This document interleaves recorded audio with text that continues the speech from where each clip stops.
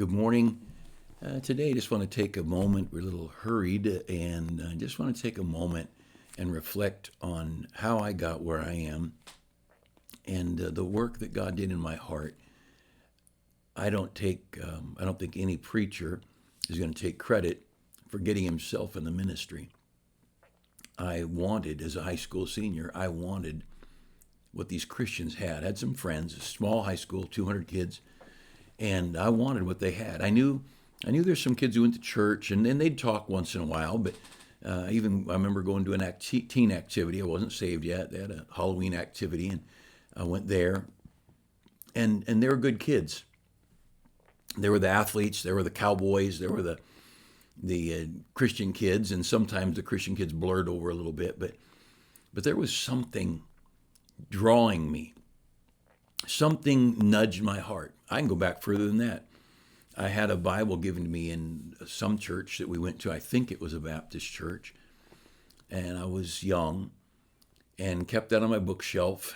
And I remember seventh grade, maybe somewhere in there, probably younger than that, fifth, sixth grade, having it in bed and looking at it. And of course, as a typical giveaway Bible, the print was so small and I was very insecure in reading. But I had that book there. And I remember tucking it between the wall and the mattress, just tucking it there. But I was drawn to that. I remember, again, in high school, my wife was one of the girls that I knew was a Christian, knew she went to church. And I knew they had something I wanted. One of my friends was a Christian. And I didn't even know what a Christian was, but I knew they had something I wanted. And by my senior year in high school, that friend started witnessing to me a little bit. And I didn't know what he had. I couldn't have defined any scriptural anything, but I knew there was something drawing me. And Jesus said, if I be lifted up, I'll draw all men unto me. I don't know that anybody was lifting up Jesus, but something was drawing me. And toward the end of my senior year, into early summer, I remember one time that friend of mine, we were doing something together. I don't know what it was, but we were in his car, and he dropped me off at my house. I got out of the car on passenger side. He got out on the driver's side, and we were just looking at each other over the top of the car, saying whatever, I don't know what. And he looked at me and said, Bruce, are you saved? And I had no idea what the word saved was. And I said, no, I guess not.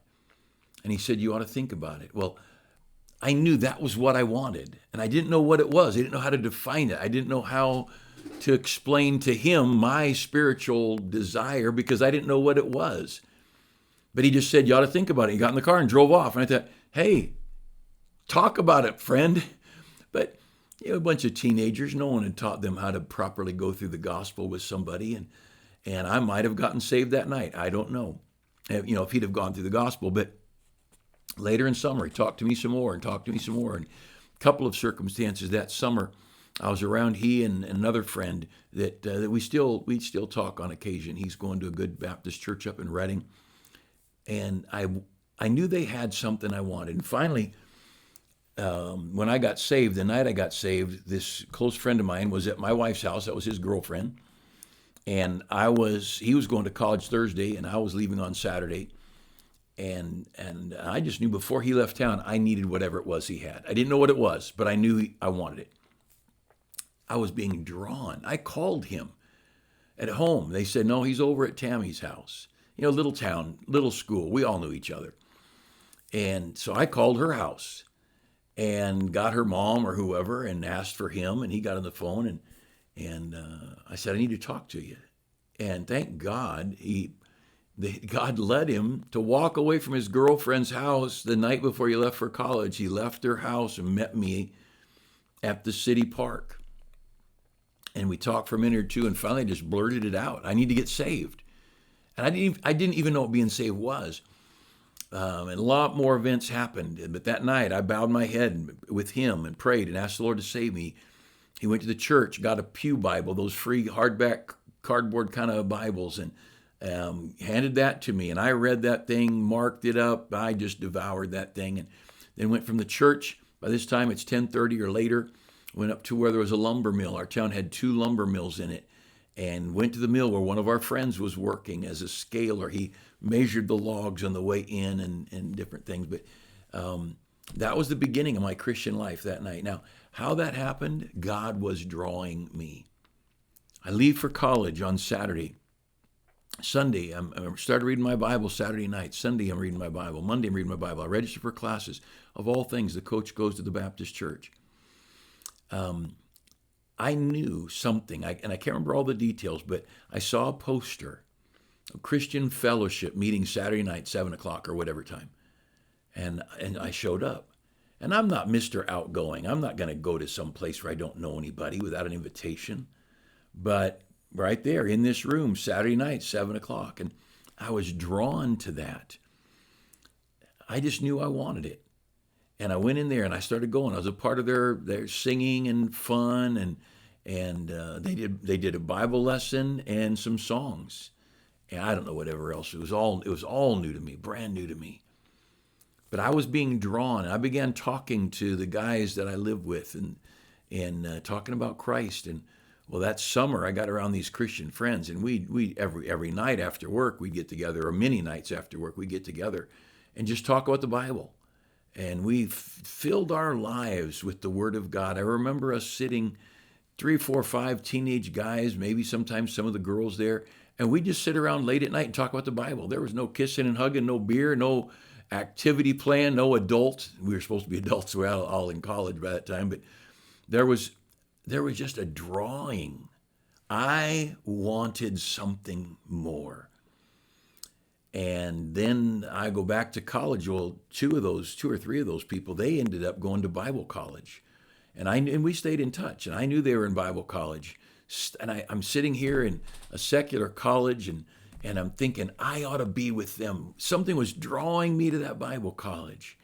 And then the night before our opening basketball game, my sophomore year, my arm was dislocated, whatever else happened. The rotator cuff broke, whatever. Anyway, messed up my shoulder. And I'm on the court, and I remember I'm holding my arm, just sitting on the floor, thinking, I'm going to Bible college. Because I think the thing that was keeping me from going where they were going was I'd worked real hard trying to get that scholarship.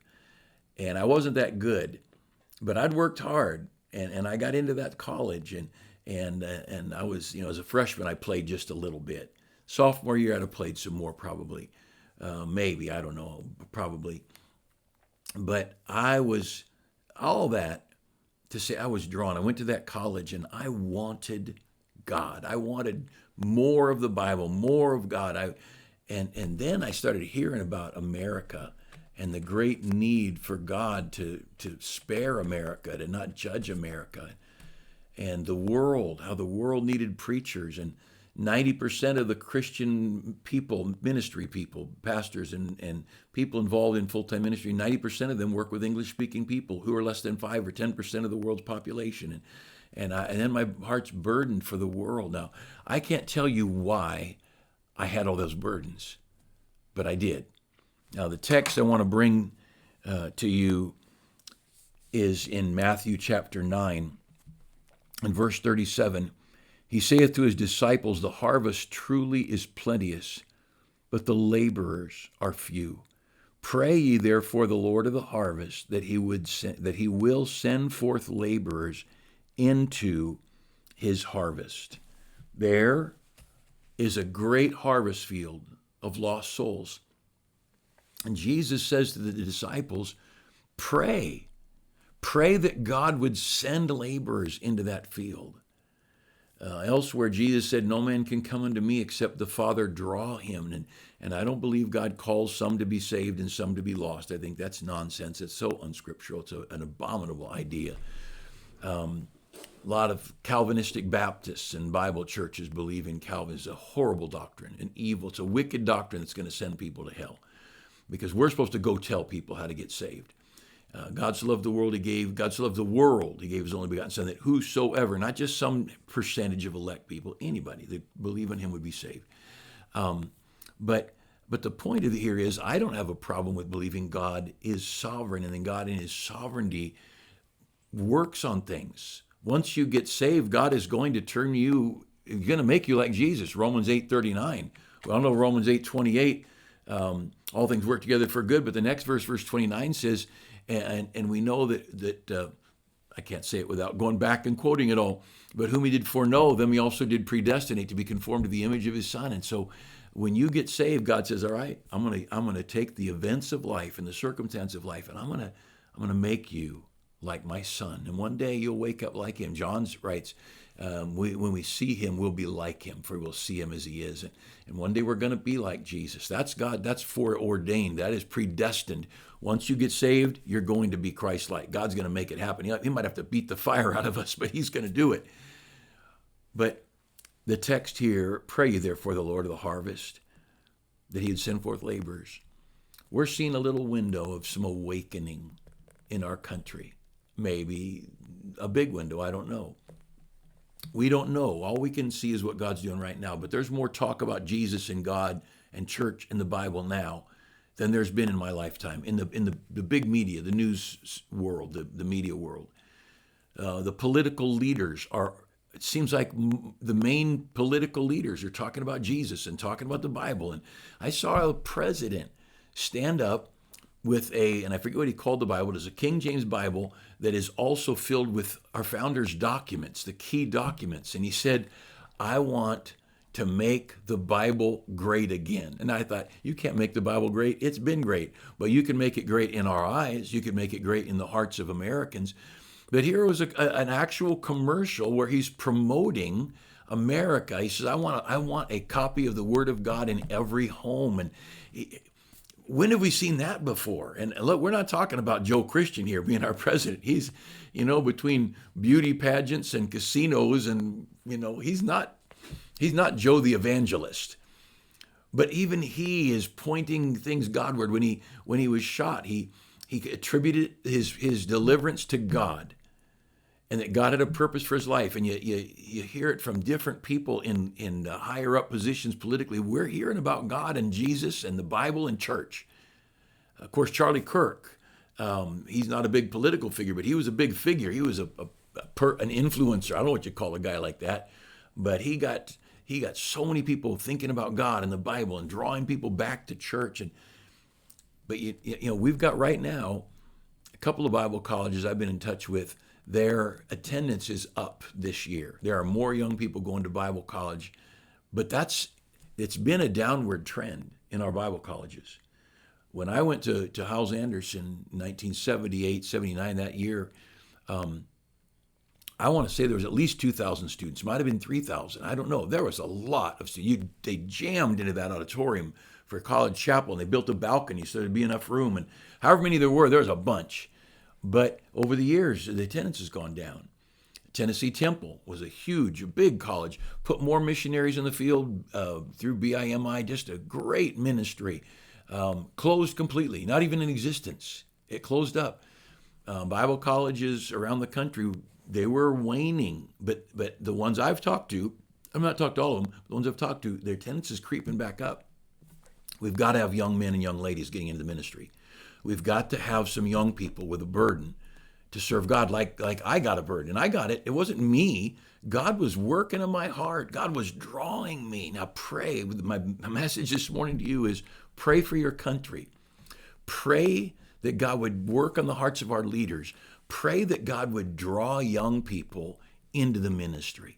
Pray that there would be young people who realize there's something bigger than being internet or a YouTuber or an influencer. Pray that young people would, instead of wanting to invent some app that makes them rich, that they would say, I'm going to give it all up for God and for his glory.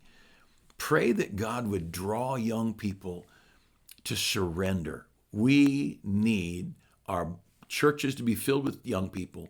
We need our Bible colleges to be filled. I mean filled to capacity. Like our Christian school, we could double our Christian school attendance and not have to hire any more teachers, because we've had so many people move out of California.